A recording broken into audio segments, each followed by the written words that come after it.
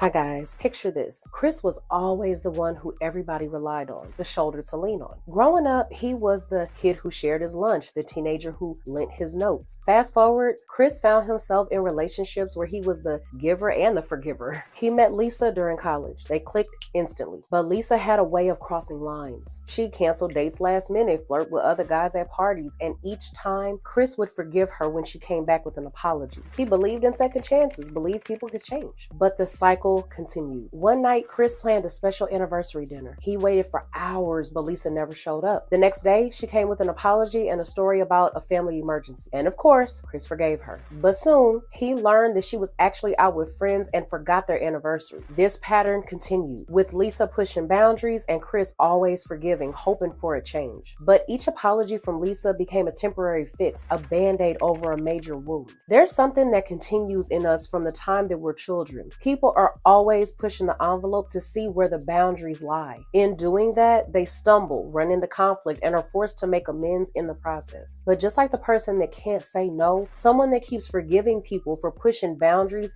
is one that often gets hurt the most. Does this describe the person you are? While I'm pretty sure you have a big heart, I'm also just as sure that it's bruised and broken because of all the people that you let trample over it. The one thing about an apology is, it's meant to be a fresh start. It's like a flag grounded in the timeline of a relationship where two people decided that it was worth giving it a second chance. That's where a glimmer of hope comes from. And it's that hope that makes it slightly easier to repair what's broken and start again. But here's a fact about life. You can't do that every time. There's a Chinese proverb that a cup can only be repaired so many times before its cracks are too weak to hold anything. If you constantly feel hurt, betrayed, and taken advantage of by the same person, understand that their apologies are nothing more than a temporary adhesive to put you back together again, just like that Chinese porcelain cup, only to be broken again. And you know what's interesting? A person that forgives every time and a person that uses their apology as a tool of gaslighting and emotional manipulation have a cynical kind of codependency relationship. The person who forgives every time has a certain psychology behind their dependence on others for emotional validation and self-esteem. Forgiving other people is how they let go of that guilt they feel for holding a grudge. It stems from a fear of losing people, a need for emotional validation. This is why they're afraid of cutting ties, even though it's hurting them. This is where the pressure to forgive comes from. On the other hand, the person that uses their apology as a tool of emotional manipulation typically uses a tactic called guilt tripping. When you're not ready to forgive,